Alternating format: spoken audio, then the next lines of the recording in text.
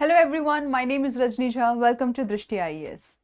So because of some technical issues, our class is a bit late, but nevertheless, here I am.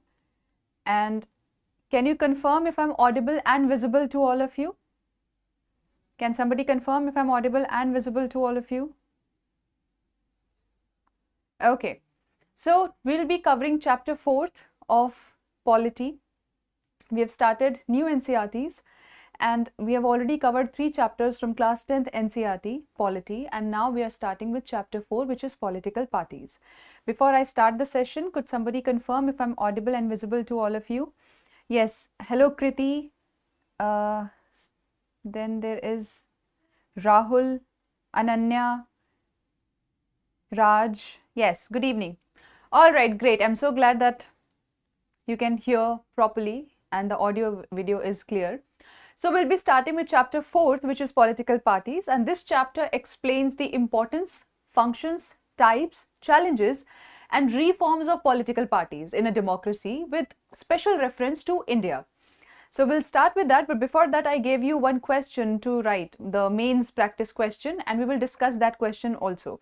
I saw some of you have answered that in the previous session. I'm glad about it. So we will start with that without any further ado. For all those of you who are new to the session, let me just tell you that we have our live session classes every day at 6 p.m. sharp from Monday to Friday, and we are covering new NCERTs in this session. Yes, all right, great. So let's start our session with the previous question that I gave you. I gave you a mains answer writing question, right? Let's discuss that first, then we'll start chapter 4. The question that I gave you was, social diversity in India has shaped democratic politics in both constructive and divisive ways. Discuss this statement in the context of gender, religion and caste. Now, of course, it's a slightly bigger question, but very easy. If you have really paid attention to the class, you can easily understand all of it. Yes, Vivek, I am very well. Thank you so much for asking. I hope all of you are doing well too. And because our session is a bit late today, we will not waste a lot of time. We will start with the session itself. So this question, if you look at it, the first line itself talks about social diversity. Social diversity in India has shaped democratic politics in both constructive and divisive way. Let's understand the question first. We know that India has diversity, right? Whether we are talking about religion or we talk about gender, we talk about caste, we talk about lifestyles, culture, India has diversity, right? This social diversity, the question asked, has shaped politics, democratic politics in both constructive and divisive way. That means you have to tell the pros and cons, how it helps in a positive way, the social diversity in politics, and it is also negative. So you have to talk about both the ways. Divisive means it divides the society. And you have to talk specially in context of gender, religion and caste. This whole chapter was about gender, religion and caste. So you have to talk about it. If I want to write introduction, what would I write here? Because this whole question is about social diversity, I will talk about social diversity in the introduction itself. I will tell how social diversity, especially based on gender, religion and caste, it has shaped democratic politics. Because of these, this has promoted inclusion, and at the same time, this has also divided the society. So I gave a little introduction from question itself, right? And I talked specifically about social diversity. Yes, good evening everyone. Please focus on the class now. Now in the body, what would you write in the body? You have been asked to write in context of gender, religion and caste, right? And what do you have to write in this context? How social diversity has resulted in constructive and divisive features, right? So you have to talk about that. So in body, we will talk about all these 3 features. What was the constructive role of gender in democratic politics? So you'll write about that. What is the divisive role of gender in democratic politics? So we will divide into 3 sub topics or subheadings, and we can write gender and democratic politics, right? Gender and democratic politics, and in that you will write 2 subheadings, which is one constructive role and the other would be divisive role. And the same you will do in the other subheadings also. Religion and democratic politics, constructive and divisive role. Then caste and gender, caste and democratic politics, constructive and divisive role. So tell me, when we talk about gender and democratic politics, what are the constructive role of it? The constructive role would be the feminist movement, right? The feminist movement demanded for equal right. That was something good, that was something constructive that happened because gender entered politics, right? Women also have right to vote, they understood their rights, and because it entered the politics, democratic politics, they understood that they should be given equal rights. So feminist movement started. It also increased the participation of women in employment, in education and politics. You also have to answer. I can tell everything, but of course you have to answer too. Then there are reservations for women in municipalities and panchayats. Women empowerment, very good, Adi. Yes, this has resulted in women empowerment, but women empowerment term becomes very vague and broad. In what terms? Women have been empowered because they got reservation, because there are more women in education, employment and politics. That's how they have been empowered, right? So you will mention the specific subpoints. At the same time, what are the challenges? What are the divisive role? The challenges are that patriarchy still continues, right? There is still less representation of women in legislature. That is again a problem or a challenge. Then even now, gender discrimination and violence, they continue. You can write that as well, right? What else can you write? What else have we studied? We talk about that women have started getting opportunities, but still there are unequal access to opportunities or education, right? Or political representation. At the same time, there is wage inequality. Yes, Prabhanu, I did read your answer. Don't worry. Yes, I did read your answer. I'm very glad that in every chapter, whenever I give a question, you always answer. So that's truly commendable. Next subheading is religion and democratic politics. So you have to tell me what is the constructive role of religion in democratic politics. First, every religion will be equally promoted. They will have their representation. That is the positive of religion in politics, right? At the same time, their minority rights will also be protected. Minority rights will also be protected, right? And what else? There are constitutional commitment to secularism. We pay more attention to secularism, and there are some reforms because our secularism is positive secularism. It is also leading to some reforms in religion. So because religion and democratic politics are related in India, the constructive role is all these things. What are the challenges and divisive role? The challenges or divisive role would be religion in politics can lead to communalism. That is the challenge, right? Political mobilization of religious lines. Then it can also lead to polarization, communal violence. It can lead to conflicts. Those are the problems. At the same time, the third heading would be caste. So caste and democratic politics, what would you write in the constructive role? Because of caste, what has happened? There have been political empowerment of SC, ST or OBCs. The same that you wrote for women, you can also write for different caste people, right? At the same time, there will be more political participation from every caste. Every caste will have representation now, and they will understand that they also have power. So they have representation in legislature and governments. What is the divisive role? Or what are the challenges? The challenges are that there is vote bank politics. What else? Can you tell me any challenges? Yes, very good. Communalism, religious-based discrimination, you have already answered. How sovereignty, beta? I did not understand, Rahul. How does sovereignty work here? Yes. What else can be the divisive role? There can be caste-based mobilization. Because of that, there can be conflict in society. There can be there's still untouchability is still present in society. That is also a problem, right? So these things are the challenges or divisive features of caste in politics. So now that we are done with all the three subparts of this body of the question, now we will write conclusion. And as I told you, conclusion has to be written. Whether you write maybe one line conclusion, it does not matter, but conclusion has to be there. Otherwise, the examiner does not get the sense that the question is over and it looks incomplete. So now you will write the conclusion. What would you write in conclusion? What can you write in conclusion? We have talked about the positive and negative both of gender, religion and caste in democratic politics. So how would you conclude it?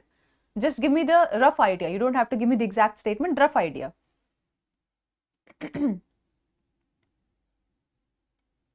That see, India has social diversity, and because of this entering in politics, this has also led to empowering of disadvantaged group. But at the same time, if we want every this subgroup, gender, caste or religion in democratic politics to flourish, it is important that we pay attention to equality and justice, right? Something like that, a balanced answer we will give, right? Okay, next is the chapter itself. Today we will talk about chapter 4, which is political parties, and as I told you, in this chapter they are especially talking about why political parties are important, what are their functions, what are their types, what are the challenges, what are the reforms in political parties in a democracy, especially when we talk about India. So we are talking especially about India. The first is, why do we need political parties? Forget this line. You tell me, why do we need political parties? What is the benefit of political parties, or what are the functions of political parties? Yes. See, when we talk about democracy, the first thing that comes to our mind is elections, right? Although that is only, democracy is not just about elections, but the first thing that comes to our mind is elections. And for elections, we need political parties, right? So political parties becomes one of the most visible institutions of democracy. That is why they are important. And they are essential for modern democracy, right? What else? What is the meaning of political party? Can somebody tell me what is political party? We keep saying this word and I know that you know, but how would you explain it? If somebody asks you what is political party, what would you say? Yes. Very good, Vivek, Prabhanu, you have given the answers, right? You have given conclusion. All right, great. So what is the meaning of political party? Political party is a group of people that come together, they contest an election and they hold power, they make government or hold power in the government, right? That's what political parties are. So if you are asked what is the meaning of political party is a group of people who come together and contest elections and hold power in the government. They share common policies and programs aimed at promoting collective good. So at least that's what we feel like, that the political parties, whenever they come to power, they form the government, they make policies so that it can ensure collective good in society, right? Okay, political parties reflect political division in society. What is the meaning of this statement? Just now I said that political parties are important, they come to power and they actually work on collective good in society. Now I am saying that they reflect political division in society. What is the meaning of that? Yes.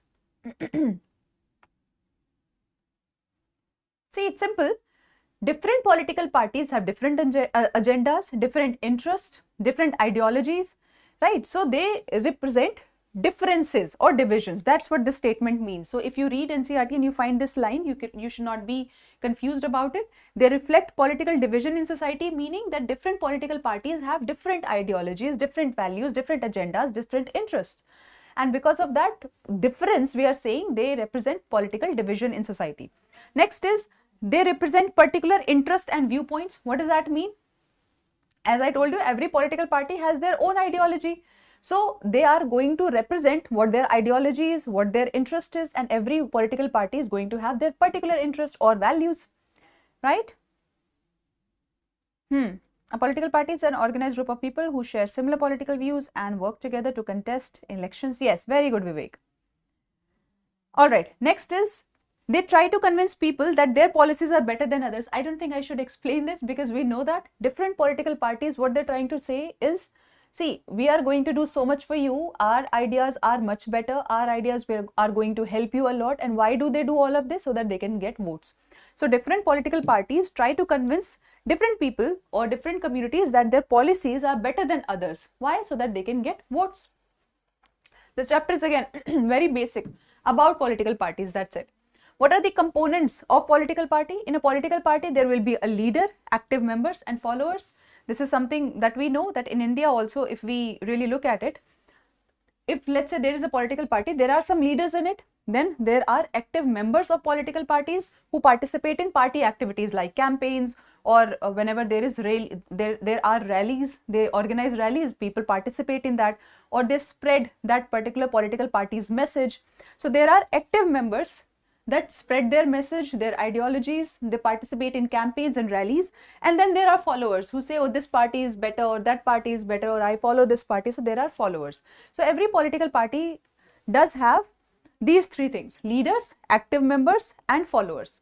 The next term that has been given in your book is partisans and partisanship. What does that mean? What does it mean? Yes, partisan and partisanship. See, partisan is a person who strongly supports a particular party group, or the cause that they support. So partisan is a person who strongly is committed to a party or group. So they strongly support that particular party's ideas, values, or their uh, cause, right? And what is partisanship? Partisanship shows loyalty to one side. Partisanship means taking one side and often being unable to maintain a balanced view on an issue. So we see that if people have specific tendency to show their interest in one political party, they blindly follow everything that the party says, or they blindly accept the causes the party usually express, right? And they cannot consider the argument of the other side. So there is no balanced view. That is partisanship. So partisan is somebody who strongly agrees with the cause of a political party, and partisanship means the act of following a political party's cause and not being able to consider someone else's thoughts or interest or values, some other party's thoughts, interest, or values or cause, right? Okay. So what can be the example of partisanship? Suppose there's a person who strongly supports a political party. So what they'll do is they'll defend all the actions of that particular party and they'll criticize everything that the other party does. This is called partisanship. Next, is there a question here? All right. Next is, okay, before we move ahead, right now we have sale going on, up to 50% sale on all our live online courses, and we have courses for UPSC, PCS exam, teaching exam, judiciary exam, SSC, CUET exams, and right now everything is available at very affordable prices, right? So if you wish to join us, and you must, then you can call on this number 87501 for more information. All right, moving on. What are the functions of political parties? What are the functions of political parties? Can you tell me? Can you explain this? First is contest elections. Now we have already discussed this, that political parties, they are a group of members that come together, contest election, form government, and they try to do things, or at least that is a definition, that they try to do things for common good. So political parties, they contest elections. Second, frame policies and programs. Just now I told you. They make laws. How do they make laws? The members of the party, they debate on a particular law, and if everybody is in agreement, depending on what kind of law they are trying to bring, whether it requires simple majority or special majority, all these things we'll be studying in further chapters, then the law will come into place. So they make laws, they form and run governments. Okay, and very easy, I don't think I should be explaining this also. Political parties, whichever gets majority, forms the government and runs the government. In case they are not able to get majority, then what will happen? Let's say one single political party is not able to get majority. Then how will government form? Yes. How will government form in that case? If somebody is not able to, if one party is not able to get majority, but government has to be there, right? So how will government form? Yes, of course. In one of the points of political parties, functions of political parties, the party that does not win acts as opposition, and opposition is equally important in a democracy, right? You'll tell how, yes, so the question was, what will happen if one party does not get majority? In that case, what happens? How the government is formed? Very good, yes, solitary strategist, and Prabhanu, Ananya, very good, yes. See, in that case, alliance or coalition government is formed. Different parties come together and then they get majority and then they form government. Because the basic requirement is the political party, whoever is going to become the government, needs to have majority. If one political party cannot get the majority, then maybe 2 or 3 parties or different members come together, form a coalition or alliance. Madhu, you could not understand the definition or the examples of divisive and constructive because you did not attend the last 2 classes. In the last 2 classes, when we were talking about these things only, we spent so much time to understand what are the constructive role of these in a democratic politics, what are the divisive roles of these in democratic politics. This is why I always say do not miss any classes. because I ask you to write answers, and those questions are based on the class itself. So if you have missed the class, you will not be able to understand what I'm trying to say. And you should not be missing even a single class, because every class is interrelated, right? NCERTs are there for building your foundation or the basics. If you miss one basic class, you're not going to understand anything else that is related and is dependent on the previous basic class, right? So what you can do is, you can, after this session, you can go through chapter number 3, that this will be available on YouTube. You can go through that, and I promise you after that you'll be able to understand the question and the answer that I told you. Okay. Yes, so we have already studied the functions. What else? They shape public opinion. How do they shape public opinion? Because political parties keep raising important issues, they organize movements, they express their opinions, and because they run campaigns and rallies, because of all of that, this influences people's opinion, public opinions. This shapes public opinion as well, right? Next, provide access to government machinery. What does that mean? How do political parties provide access to government machinery? What is the meaning of it? Yes. See, if village is damaged, let's say, if the village is damaged, you're not going to approach the Prime Minister. You'll be talking to the local minister, right? So, political parties also give access to government machinery. If your problems are not solved, if a village road is damaged, people approach their local MLAs or party workers, and they take up the issue to the government department. So they provide a machinery, they provide a mechanism to government machinery. That's how they can also function. So they provide access to government machinery. Is it clear to everyone? Government machinery means how the government works. So the institutions, you cannot directly approach legislature, right? You cannot go into Lok Sabha and say, oh, these are the problems we are facing. So how are we supposed to solve it? What you can do instead is, you can talk to your local MLA. You can talk to the minister there, probably. So the leaders, or at least the leaders you can talk to, and they will take your suggestion, or they'll take your problems to the government machinery. How that can be solved? They'll take it to the government. That's what it means. Yes, local party leaders are accountable to the people in that region, in that local area. Many classes are not uploaded in serial order. All right, I'll speak to the team about it. You can also write in the comment section, not in the chat box, in this live chat. After the class is done, in the comment section you can write, the team checks it, and maybe they'll be able to do it after it. Okay, after the class. All right, next.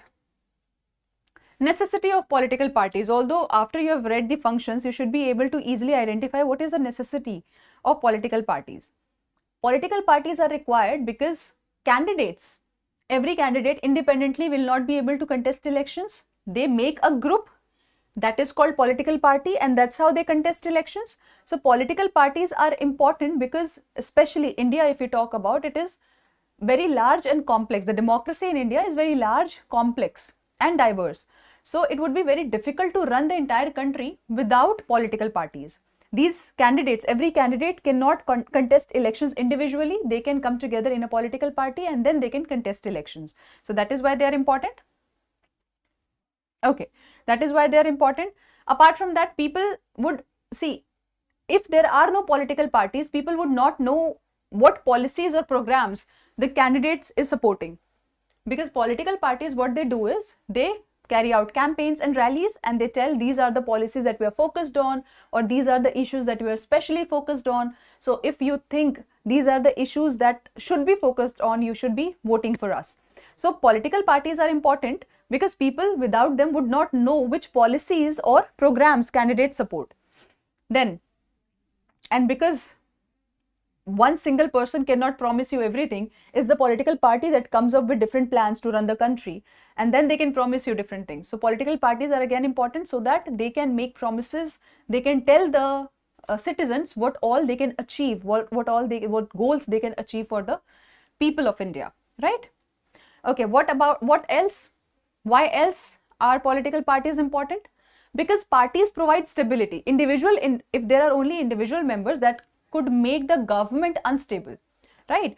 But governments, if it is formed by a political party, there are different members in it, it is usually stable. What else? What else? If there is only one person fighting the elections individually, would that one person take the accountability or responsibility of the entire country, such a diverse country, large and diverse country? Of course not.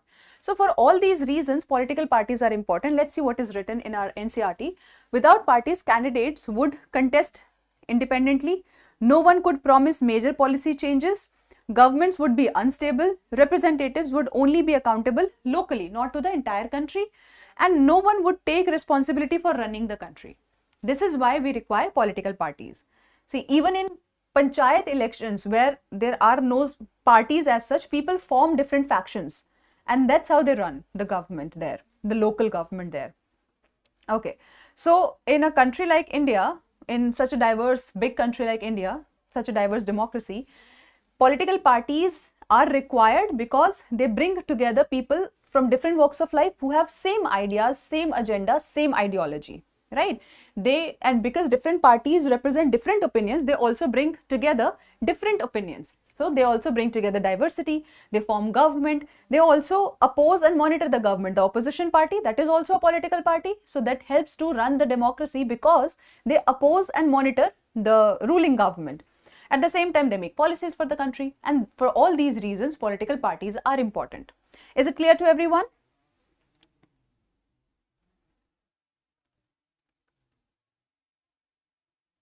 Yes, is it clear to everyone, whatever is written here?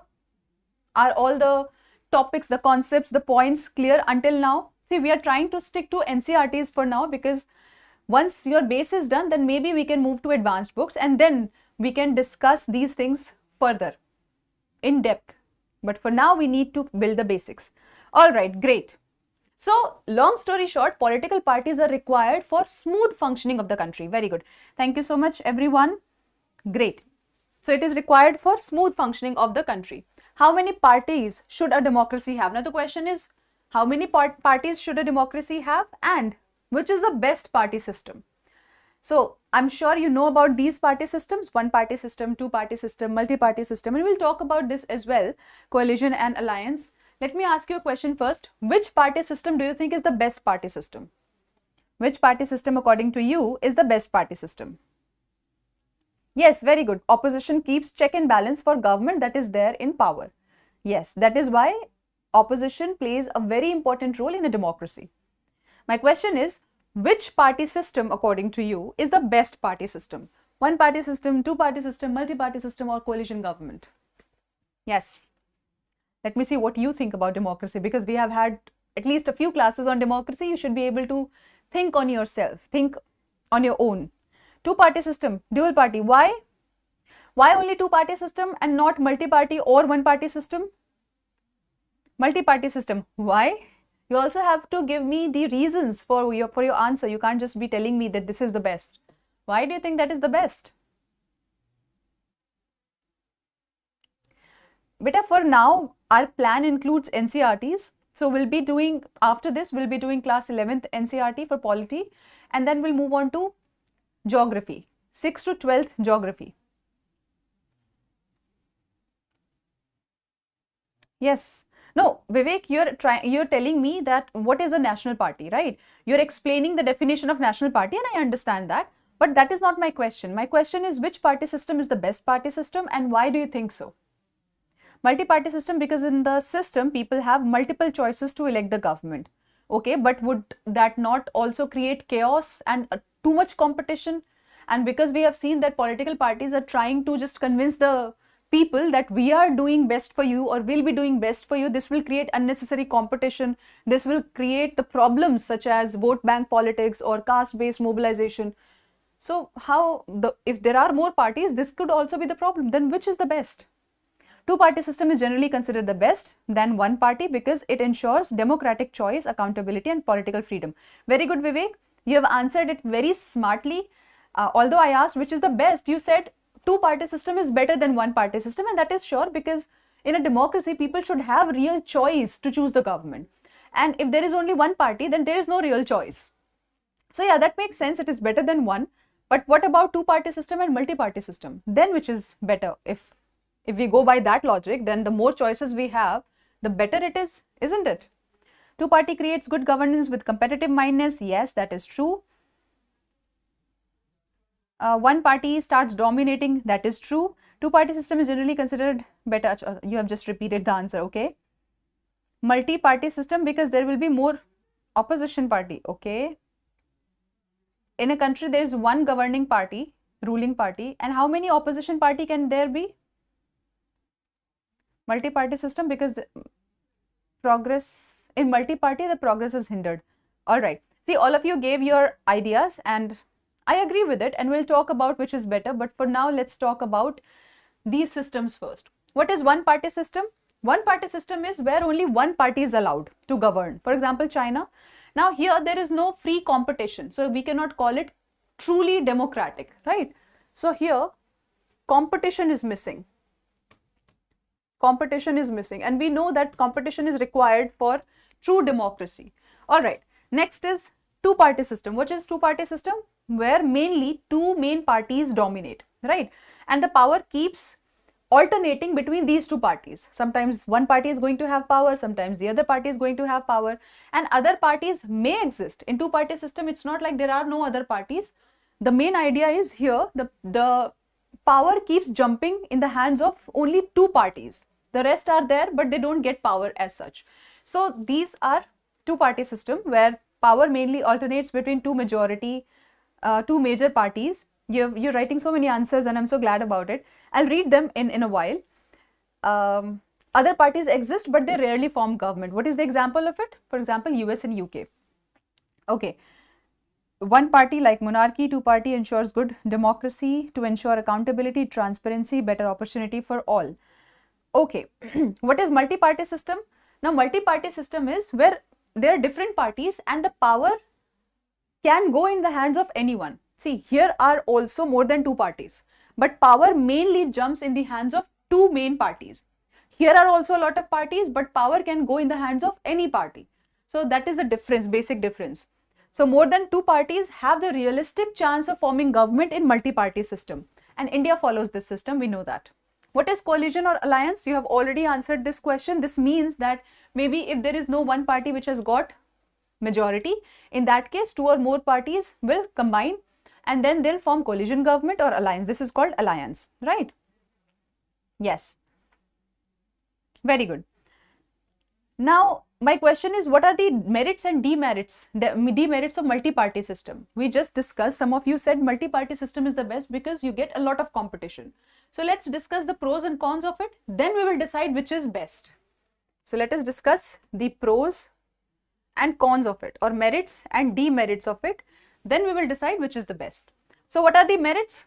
The merit would be it represents diversity, because there are different political parties with different ideologies, different values, different causes from different communities. So it represents diversity. That is merit. What is the demerit? As I have already explained, the demerit will be it can become chaotic very soon. This can also result in instability in the government, because the government will keep fighting amongst each other. They might use not so good tactics, and this might create instability. So that is the problem. Now the question is, which party is the best, that I already asked you. Now see, which party is the best for a country depends on that country. Okay, listen to me very, very carefully. That is true. Demerits is unstable collision. Absolutely. Merit is diversity. Demerits would be clash of ideas. Very good. Yes. Okay, this creates chaos. Great. All right. Next is, which is better or which is the best party system? The best party system would be, we cannot name one party which is the best. The best party system would depend on the country itself. What is the social structure of that country? What is the regional division in that country? What is the political history of that country? What kind of electoral system the country uses or has been using? So no party is, single party is universally ideal. We cannot say, oh, this works very well in all the countries. We cannot say that. It all depends on the country that we are trying to talk about. Okay? Great. Do you have any questions? Depending on the not just population, what kind of population, that is the main point here. Okay, there are some new students here. Let me tell you, we have this class every day at 6 p.m. sharp from Monday to Friday. I hope to see you all sharp at 6. Please do not miss any class, because in that case, whatever I'm trying to teach you, that in the next class, you will not be able to understand. So that is not good for anyone. Please attend the classes on time. All right. Depends on the state. Very good.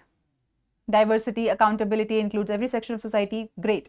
All right. The next part is, we have already discussed multi-party system, the merits and demerits of multi-party system. What are national and state parties? One of you just explain what is a national party and what is a state party. So how can you define it? Define national party and define state party. Yes. Give me the definition of national party and state party.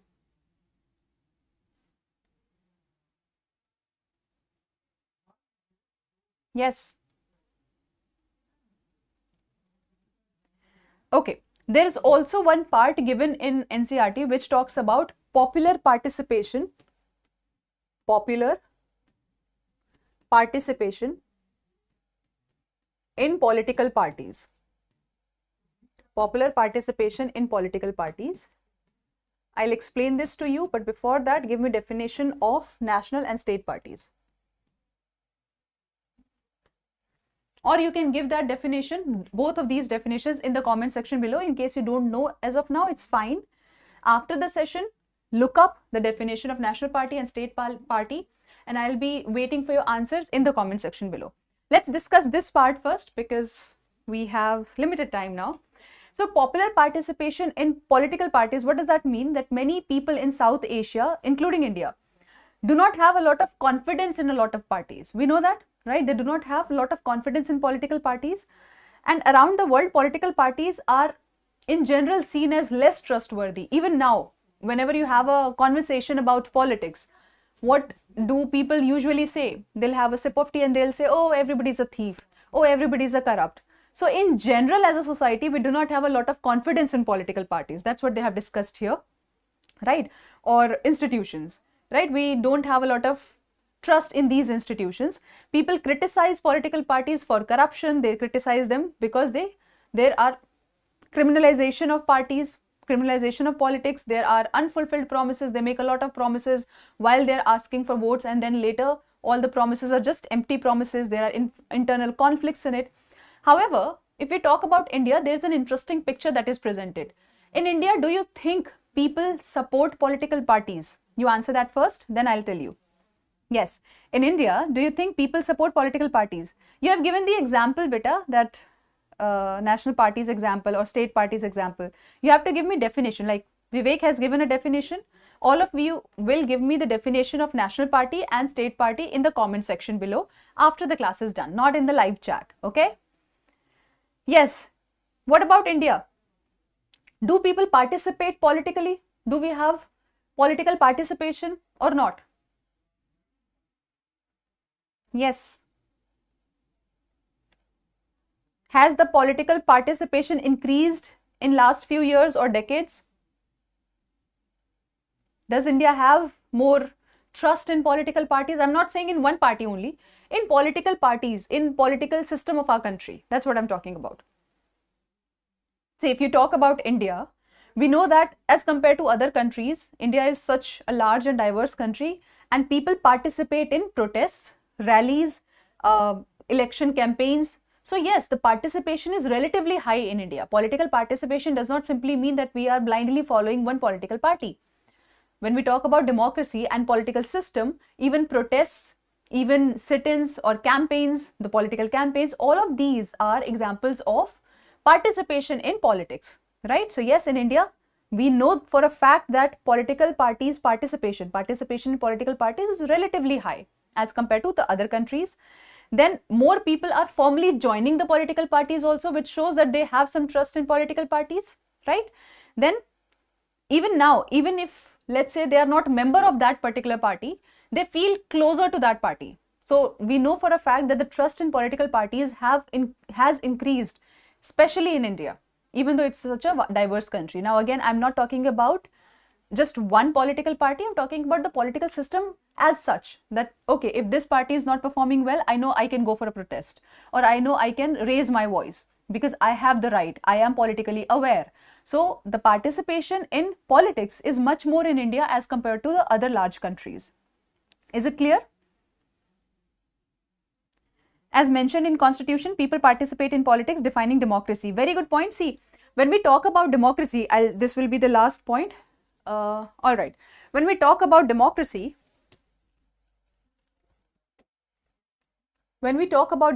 people normally think that democracy simply means elections, but that's not true. Democracy has two components or dimensions to it. Democracy is not just elections. One is about elections and the other is about participation. So people contest elections and people take part in elections, right? Here we elect our representatives. This is a part of democracy. But at the same time, our engagement with government, our engagement and participation in the political system, that is also a part of democracy. So our engagement through rallies or protests or sit-ins or demonstrations or media, through all these things also, we are social media as well, we are participating in the democracy itself. So democracy does not only mean elections, it also means participation in the government, participation or engagement with political system of the country. Is it clear to everyone? Very little trust is remaining. See, this is why I said I'm not talking about one specific political party. I'm not talking about that. I'm talking about the political system as such. That if there is something wrong that is going on, I know I can raise my voice, right? So I'm talking about the political system, not a party. That is a difference you have to understand. All right. So that's it for today's session. We will wrap it up here. We still have some of it left. So what we'll do is we'll discuss the rest of this chapter tomorrow at 6 p.m. sharp. And then we will discuss some prelims based questions, that is multiple choice questions. And I'll also give you a mains answer writing question, which I expect all of you to write in the comment section below. I really want by the time we are done with all the NCERTs, all the major NCERTs that we are going to cover, you develop a habit of writing at least the framework of answers, the mains answers. All right. I really hope that you do that. It does not matter. We live in a democracy. All right. So I hope to see you tomorrow at 6 p.m. sharp. For all those of you who are new, we have our sessions at 6 p.m. every day, and it is from Monday to Friday, in which we are covering new NCERTs. So you should be joining me and do not miss any classes. After the session, if you like it, you can give a thumbs up or like or whatever is happening on YouTube. You can give a like, and right now we have a sale going on up to 50% off. So if you wish to be a part of us and if you wish to join us, you can definitely join us. All right. So that's it for today's session. Thank you so much for joining in. I'll see you tomorrow, 6 p.m. sharp. Until then, take care.